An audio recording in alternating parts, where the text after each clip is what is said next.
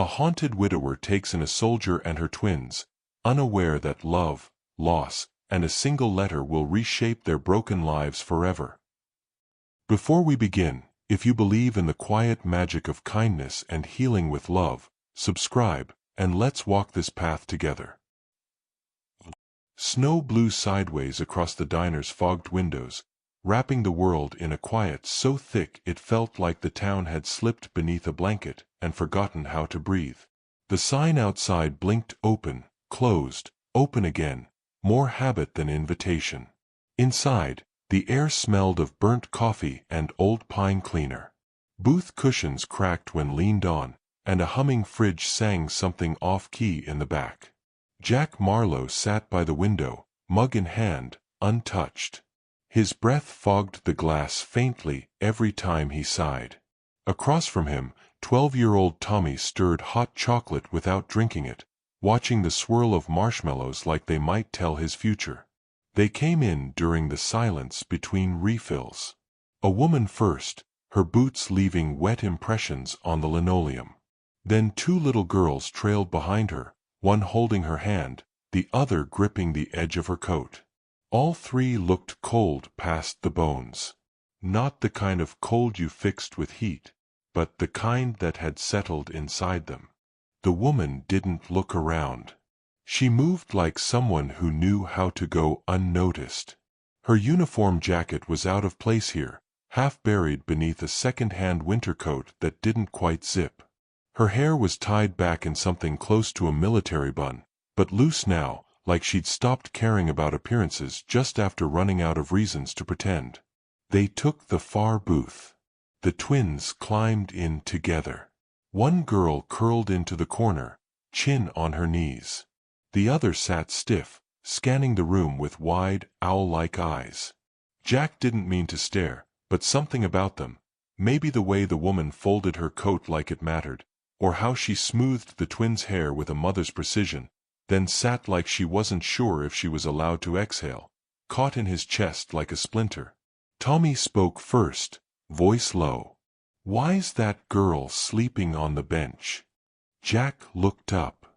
The smaller of the two girls had slumped over, her cheek pressed to the cracked vinyl, legs dangling. The other one just kept watching the door like someone might take something from her if she blinked. "They've been in 3 times this week," the waitress murmured, setting down Jack's refill. She tilted her head toward the booth. "Toast and hot water. That's it." Jack said nothing. He sipped his coffee. Bitter. Cold. Just the way he kept it. "She a vet?" Tommy asked. Jack followed the boy's eyes to the woman's jacket. Her shoulder patch was mostly faded, but enough remained to make the shape of service clear. Army. Maybe infantry. He knew that look too well, the half-hollow, half-stern stare of someone still pulling themselves out of a different world. "I think so," Jack said. "She's got twins." Jack didn't answer.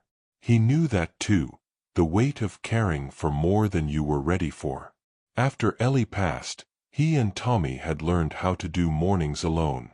How to brush grief from your teeth along with yesterday's regrets. They got good at silence. It filled the gaps talking couldn't. Across the diner, the waitress dropped off their order. Toast. 2 cups of hot water. The woman tore open sugar packets and stirred them into each cup like she was making something sweet from what little she had. She broke the toast in half and slid it to the girls. Neither complained. They ate quietly, like they'd practiced gratitude into reflex. Tommy shifted in his seat. "We've got extra gloves at home." "We do." She looked cold. Jack said nothing. He finished his coffee, left cash on the table, and stood. Tommy followed him out. The bell over the door jingled once, soft and tired. Outside, the wind bit his face. Tommy tucked into his jacket, red-cheeked and squinting.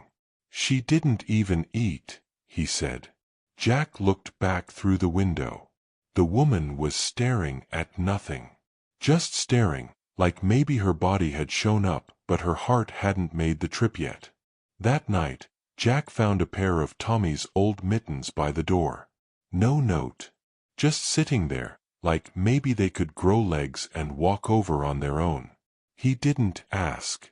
The next morning, Jack loaded hay into the truck like he'd done every winter since his wife died. The sky was the color of rusted pewter, heavy with snow but stingy on the fall. Tommy helped without complaint, bundled in 2 coats and his dad's old beanie. By mid-afternoon, Jack drove into town. Said he needed more salt for the driveway. He parked across from the diner, didn't get out. The woman and her girls weren't there. He waited anyway. Around 4, the wind picked up and the light faded to that strange winter gray, where street lamps flickered on even though the sun hadn't quite left. Then they came. Same coats. Same shuffle. This time, the woman walked slower, one twin asleep against her shoulder, the other dragging a stuffed bear missing both eyes. Jack entered 2 minutes after they sat down. He didn't take his usual table.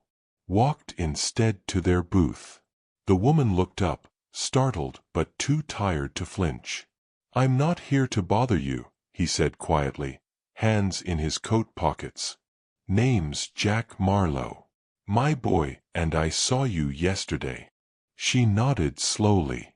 Cautious. He knelt a little, so he wasn't towering. "I've got a place. Little ranch up north. It's quiet. Warm. Got horses. Plenty of space." Her eyes sharpened. Suspicion flared, old and earned. "I'm not offering charity," he added. "Just some peace. If you want it." She looked down at the girls. The one still awake stared at Jack with that wide, silent watchfulness. "I'm not used to peace," she said softly. "I wasn't either," Jack replied.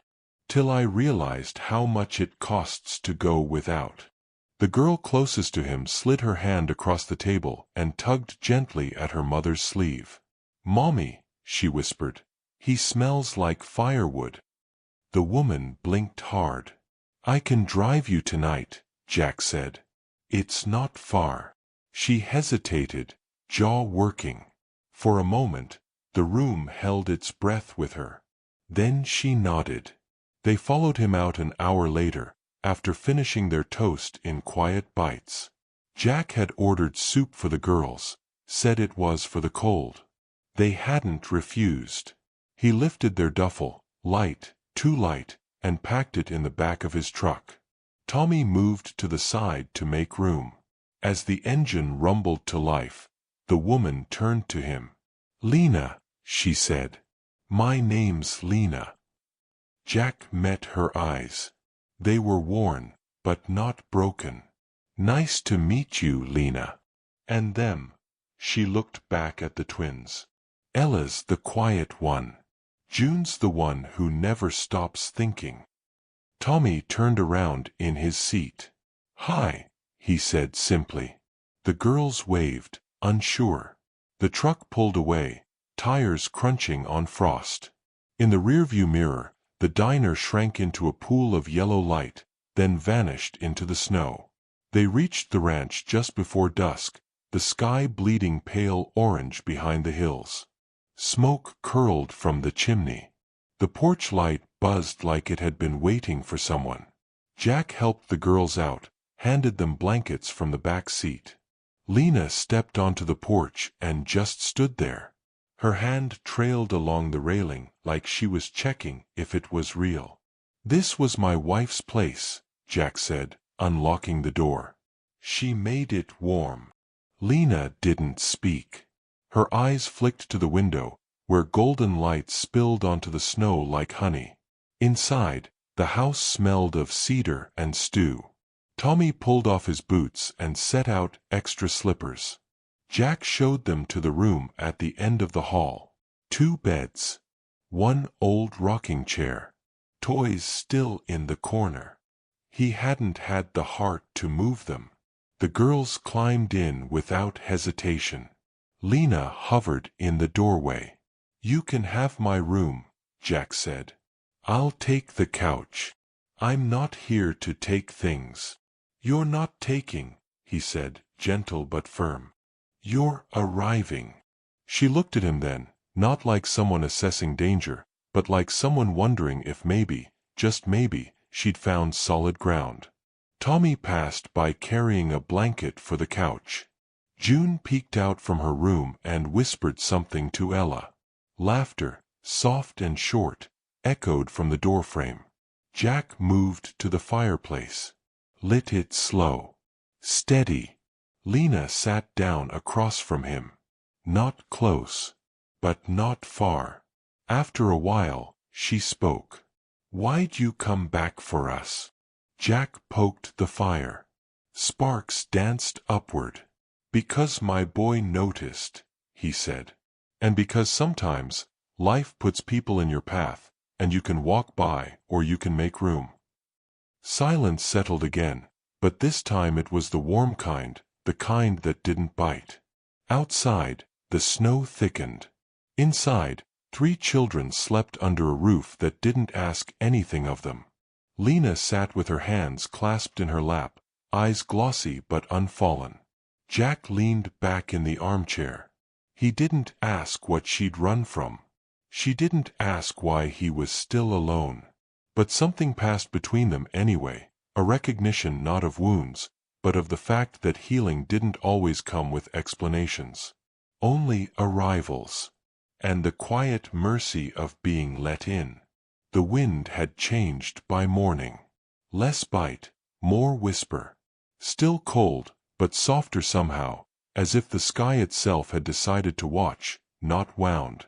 Jack stood on the porch, coffee steaming in his hand. Behind him, the house was stirring in new ways. Floorboards groaned under unfamiliar feet. Water ran in the pipes with longer pauses. It was the sound of strangers trying not to wake a home. Tommy shuffled out in thick socks, his hair askew and eyes half open. He didn't speak, just leaned against the railing, his shoulder barely brushing his father's coat. Inside, Lena padded through the hallway with a folded blanket under her arm. She glanced into the girls' room, both still asleep, tangled together like roots. Jack turned when he heard her footsteps. "You sleep all right?" he asked. She nodded. "Didn't think I would." He didn't press. She handed him the blanket. "I didn't use it. Room's warm." Jack took it with one hand, set it on the bench beside him. "It was hers," he said after a beat. "The room." Lena didn't answer at first. Just looked out toward the barn, where light hadn't yet reached. "I figured." "She kept the walls blue," he said, voice quiet. "Said it felt like sky when she couldn't leave the bed anymore." "She must have been kind." "She was." Silence stretched between them, not uncomfortable, but full. Like both had words they'd rather leave unspoken. Tommy turned inside without a word, but left the door cracked behind him. Lena followed the sound of spoons and kettle. Jack stayed outside a while longer, watching the snow melt in thin veins across the porch rail. By breakfast, the house had settled into something almost like rhythm. Jack cracked eggs while Lena stirred oatmeal. The girls drifted in, blinking, barefoot. June immediately climbed onto a stool at the counter. Ella sat beside her, holding the stuffed bear tighter than necessary. Tommy offered a weak smile. "You guys want syrup on your toast?" June nodded like it was a contract. "Lots." Lena watched her daughters eat like they hadn't in weeks. No rush. No panic. Just small bites and the occasional hum of approval. Jack caught her staring. She looked away, embarrassed by her own gaze. "They're good girls," she said. "They are," Jack replied, glancing at Tommy. "Kids know things adults forget." After breakfast, Jack left for the barn. He didn't say what for. Lena tried to help clean, but Tommy waved her off. I got it, he said, wiping the table with the easy rhythm of someone who'd done it every day of his life. She paused beside him. Thank you. He shrugged. It's just a table. Later, Lena walked the house. Not snooping, just absorbing. Touching picture frames lightly with her fingertips. A wedding photo on the mantel. A faded watercolor hanging in the hall. An old quilt draped across a rocking chair, frayed at the edges. In the far room, she found a shelf of children's books. Dog-eared, some missing jackets. A few with crayon scribbles over the pages. Tommy stepped in behind her. That used to be mine, he said, pointing to a copy of Where the Red Fern Grows. Dad says I cried for a week after. Good books make you feel things, Lena murmured. Do you read to them? The twins. Used to. Then. I forgot how. Tommy thought about that.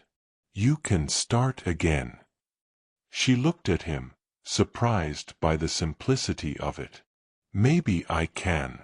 The next day, Jack asked Lena if she wanted to ride out to the east pasture. Check the fence lines. She hesitated, then nodded. He saddled the horses himself. She watched, quiet admiration hidden beneath squinted eyes. You know your way around a bridle, he asked. She swung herself up in one smooth motion. Enough. They rode for hours without saying much. Just hoofbeats and the low whistle of winter wind. Lena's hair escaped its tie in the cold and drifted across her cheek. She didn't tuck it away. At the fence line, Jack dismounted to hammer in a post. Lena held the rail steady. You always fix things yourself? When I can, Jack said. Not everything stays fixed, but trying counts. She looked at the nails in his hand, then at his eyes. Trying's the hard part, she said. They got back near sundown. Tommy had made sandwiches. The girls had drawn pictures, which now covered the fridge in a mosaic of pencil rainbows and lopsided horses. This one's me, June announced proudly, pointing at a stick figure in a blue dress. And that's Tommy, Ella whispered, showing him a page where 4 figures held hands beneath a sun. Tommy studied it. Why am I taller than Dad? Because I made you king, she said. Tommy grinned, cheeks pink. That night, Lena found herself standing in the girls' doorway, watching them sleep. Their breathing had slowed, arms flung across each other. June mumbled something about soup in her sleep. Ella rolled over and tugged the blanket tighter. Lena turned, surprised to find Jack behind her. They're settling, he said. I don't know how to give them what they need. You're doing it. She laughed softly, bitter and breathless. I've lost more than I've kept. Doesn't mean you stop offering. Lena stepped into the hall, arms folded. You talk like you've been through it. Jack didn't blink. I buried my wife 6 years ago. Cancer. We knew it was coming, but doesn't make it easier. Lena nodded once, slow. I served 3 tours, she said. The first 2, I came back to someone.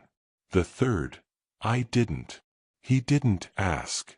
He just waited. He left a note, she continued. Said he couldn't handle who I was anymore. Jack's brow tightened. Then he never deserved you. She looked at him sharply. You don't even know me. Don't need to. They stood there a moment longer. Then Jack nodded toward the stairs. You should sleep, he said. The snow's holding off, but it won't wait forever. That night, the house didn't creak as much. The wind stayed outside. The fire burned low, soft, steady. Lena fell asleep in a bed that smelled faintly of lavender and cedar. The next few days fell into rhythm. Morning chores. Lunches shared without ceremony. Tommy teaching June how to scramble eggs. Ella helping Jack fill grain buckets for the horses. Lena sewing a button back onto Jack's old flannel without asking permission. One afternoon, Tommy came in from the barn holding something in his hand. He walked straight to Lena and dropped it into her palm. It was a chain. Tarnished.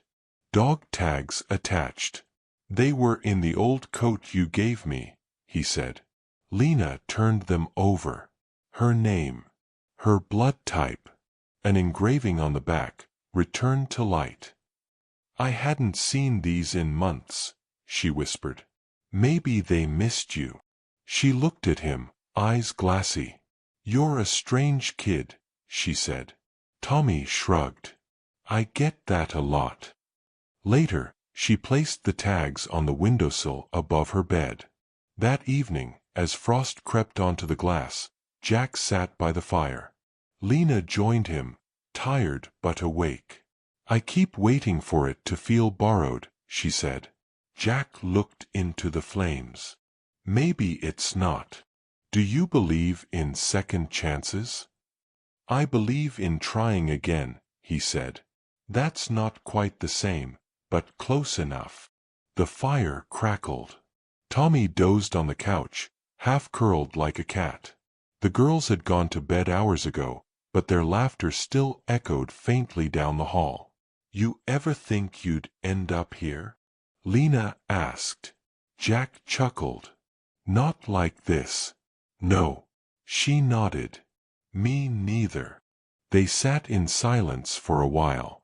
Just the fire, the wind outside, the quiet knowing that something unspoken had begun to settle inside the walls. At some point, Jack rose, checked the locks, dimmed the lights.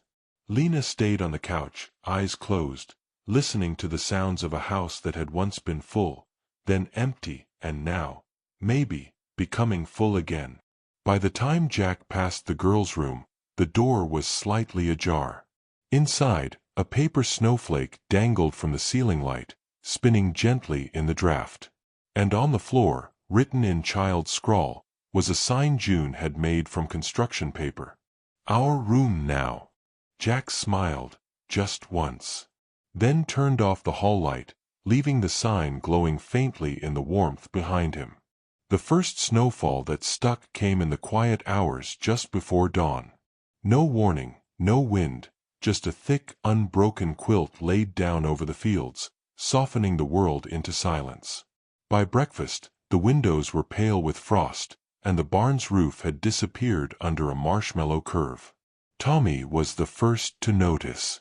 He called to the twins without stepping fully inside their room. "You should see this." Within seconds, June was tugging Ella's hand, eyes wide with the breathless anticipation only children could summon. They burst into the hallway, still in mismatched pajamas, feet thudding like tiny hammers on the hardwood. Lena followed slower, her robe belted tight, coffee in hand, shoulders still learning how to let down. Outside, the snow was unmarked, pure, untouched. It didn't stay that way for long. By mid-morning, the yard was carved with paths, one from the porch to the barn, another zigzagging toward the pond, a third inexplicably leading nowhere but made with gleeful stomps. June declared it a snow trail for fairies. No one argued. Tommy rolled the first ball. It started small, clumsy, but once he packed it firm, the second layer followed. Ella brought a bucket of old carrots and offered one like a peace treaty. They built it slow. All of them. Lena even laughed, really laughed, when the top half rolled off once and nearly took Tommy with it. Jack came out last, trailing a scarf and 2 large buttons. "You need a name," he said, standing back with a critical eye. "Captain Cold," June offered. "No, that's from a comic book," Tommy muttered. "I like it," Lena said. He looks like a captain." And just like that, he was christened Captain Cold, standing proud in Jack's front yard with lopsided eyes and a noble, uneven tilt. Inside, the girls peeled off wet clothes and wrapped themselves in blankets like burritos. Tommy made cocoa with too many marshmallows. Lena sat by the fire, her cheeks pink from the wind, her spine no longer held stiff by habit. The music box came out that afternoon. Jack hadn't touched it in years. It had been his wife's, an old thing with chipped lacquer and a tune that stuttered halfway through. But June had spotted it on a shelf while reaching for crayons and asked what it was. "It plays songs," Jack said. "Even broken songs are still songs," she replied, tracing its worn edge. Jack wound it gently. The melody bloomed, fragile, unsure, but there. A quiet lullaby wrapped in memories he hadn't spoken aloud in half a decade. The girls danced in slow circles. Ella barely moved, more of a sway.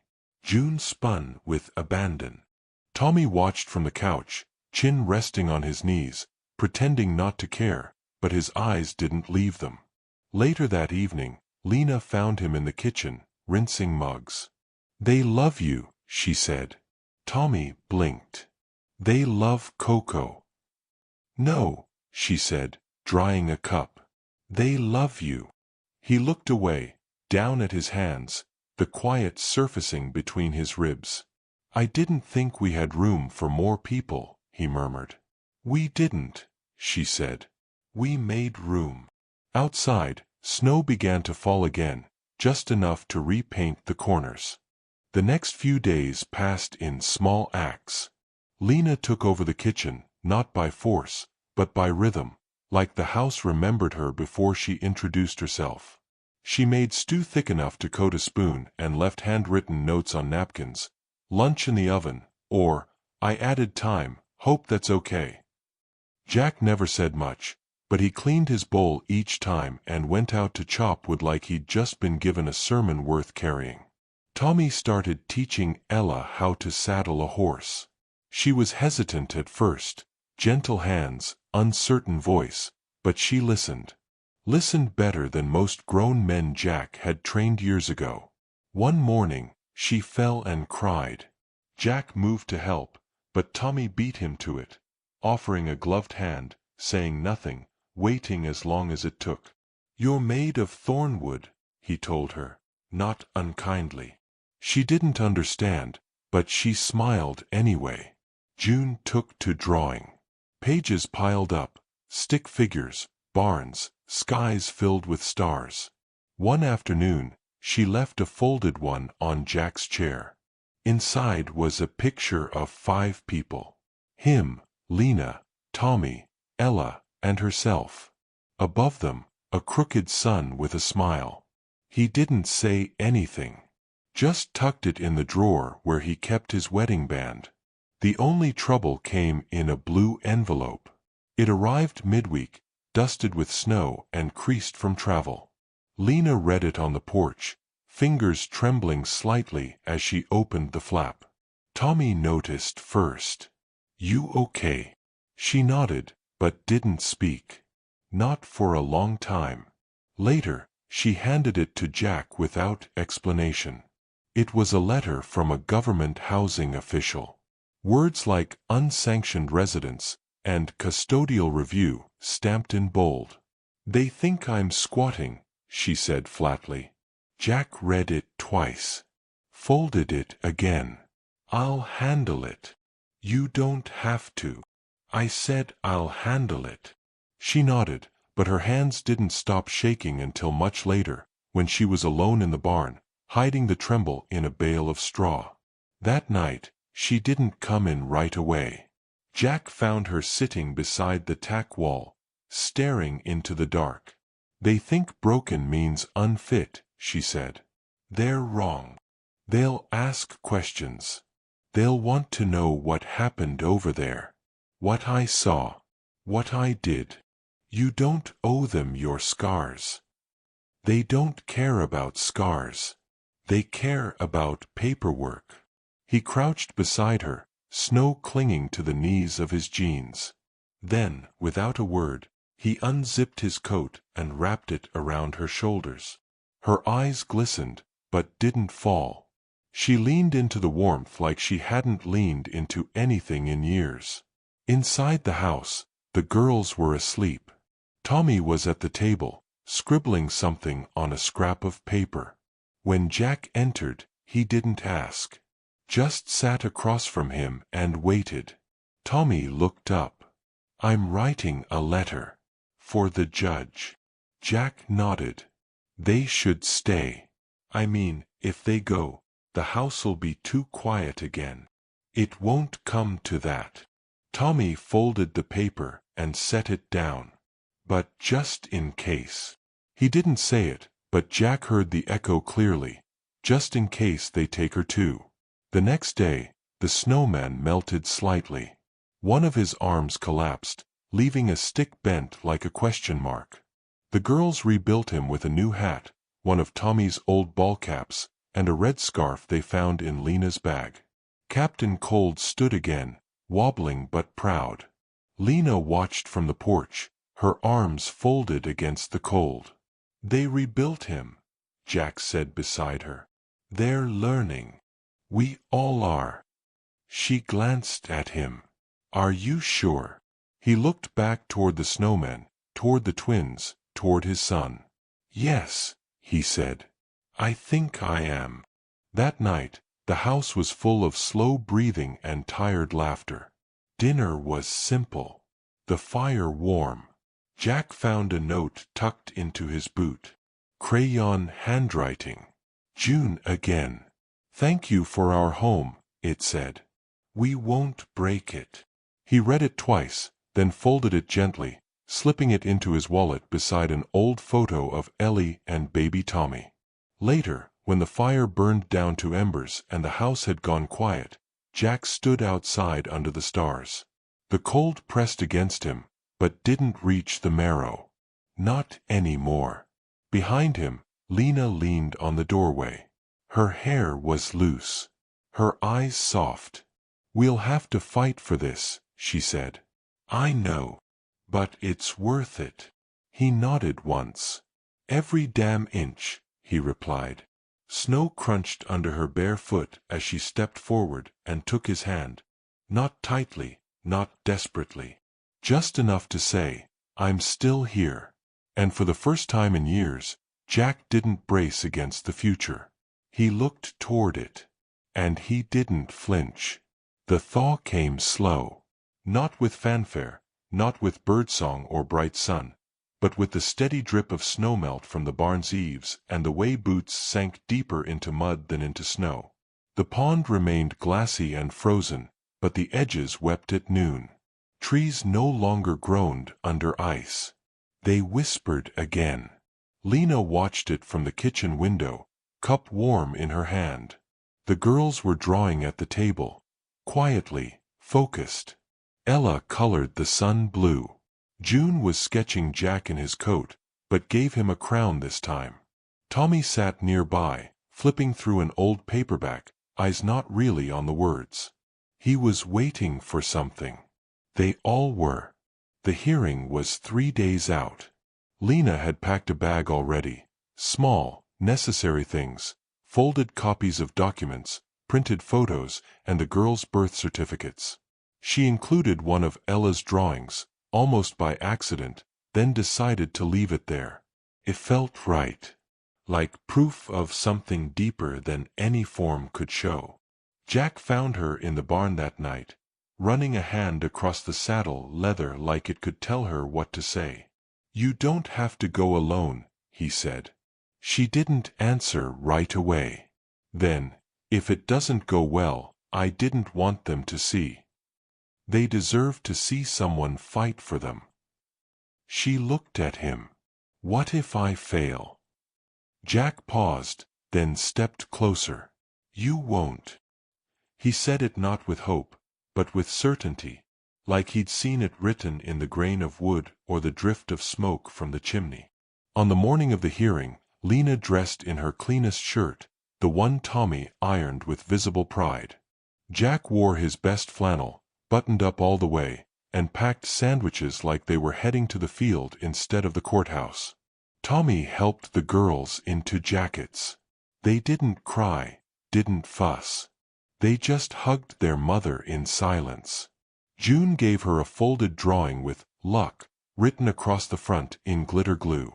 Then Lena and Jack climbed into the truck and drove south, silence between them thick but not cold. The courthouse was smaller than she expected. Pale brick. Cheap tile floors. The walls smelled of old paper and cleaner that failed to hide it. Lena sat with her hands in her lap while a clerk asked questions and the judge adjusted his glasses for the third time. Jack sat beside her, unmoving, the kind of still that came from working the land too long and burying too many things that couldn't be fixed. The official across from them tapped a pen. "We have no record of an official transition into stable housing. Can you clarify your arrangement with Mr. Marlowe?" Lena opened her mouth, then closed it. Her throat had gone dry. Jack reached into his coat, pulled out a folded paper. "I wrote a statement," he said, and handed it across the table. The official skimmed it, eyes pausing midway, brow furrowing. "Would you like to read it into the record?" the judge asked. Jack glanced at Lena, then nodded. He unfolded the page. His hands didn't shake. "My name's Jack Marlowe," he began, voice steady. "I'm a widowed father, a rancher, and the man who opened his door not because someone asked, but because I saw what needed to be done." Lena kept her gaze down, but her fingers trembled in her lap. "I didn't know Sergeant Lena Carver before she stepped into that diner," Jack continued. "But I know strength when I see it. I know someone carrying more than their share. I've lived with grief, with silence, with the ache of a house too quiet." The courtroom was still. She didn't ask for help. She offered what she had. Her hands, her work, her girls. His voice softened. "And they brought my boy back to life in a way I hadn't seen since we buried his mother." Jack looked up at the judge. "If family is who you break bread with, who you warm the house for, who you stay up all night worrying over, then she's mine." "They all are." No one spoke for a long while. Even the pen tapping stopped. The judge cleared his throat. "Do we have any other statements?" Tommy stepped forward. Lena hadn't seen him enter. He held a wrinkled page in both hands, his boots too big for the polished floor. He stood in front of the bench like a soldier, awkward but brave. "I wrote something too," he said.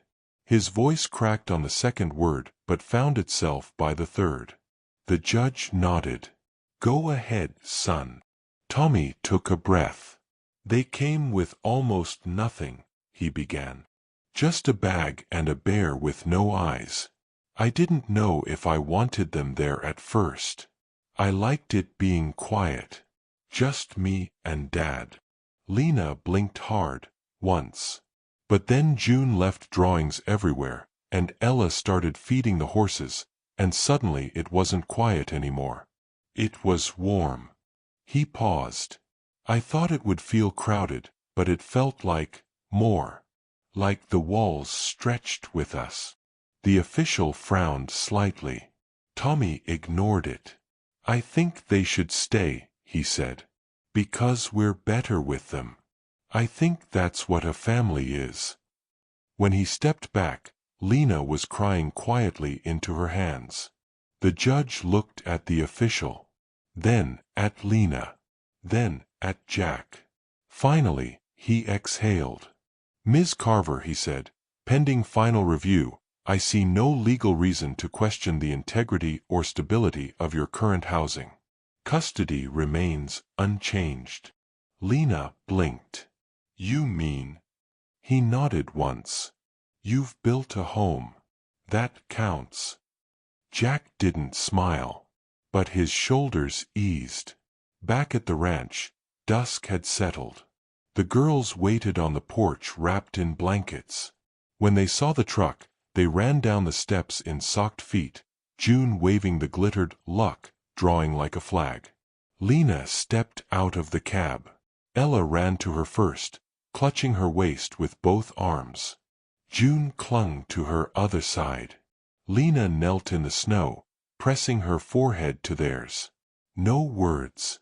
Just the hush of breath and the press of bodies that finally stopped bracing for loss. Tommy stood near the porch, watching. Jack walked past him, clapped a hand on his shoulder. "You did good," he said. Tommy shrugged. But his eyes were glassy. That night, they made soup. Lena stirred the pot while the girls set the table with unmatched plates. Jack lit the fire. Tommy added a single log, just enough to keep it going until bedtime. After dinner, the girls gave Jack a folded card, glitter again, crooked handwriting. "Happy first Dad Day," it read. Inside, a drawing of the family. The son wore a hat. Jack didn't speak. He looked at the card for a long time, then walked out onto the porch. The sky above was clear for the first time in days. Stars laid thick across it, like someone had spilled light just to remind the earth it was loved. He unfolded a letter from his coat pocket. The paper was old. His wife's handwriting. He read it slowly. "If you find love again, let it in. Even if it hurts. Especially if it hurts. Don't just keep the house warm. Fill it." Lena stepped out behind him. She didn't say anything. Just leaned on the rail. Jack folded the letter. Slipped it into his chest pocket. Inside, the music box played its cracked lullaby, the girls spinning in half-sleep. Lena looked over at him. "You didn't just bring us home," she said. "You gave us one." He didn't answer. Just reached over and took her hand. Not tightly. Not desperately. Just enough to say, "I'm still here." And somewhere inside the house, laughter rose like steam over soup, soft, warm, and entirely theirs. If this story touched you, subscribe or share where you're watching from.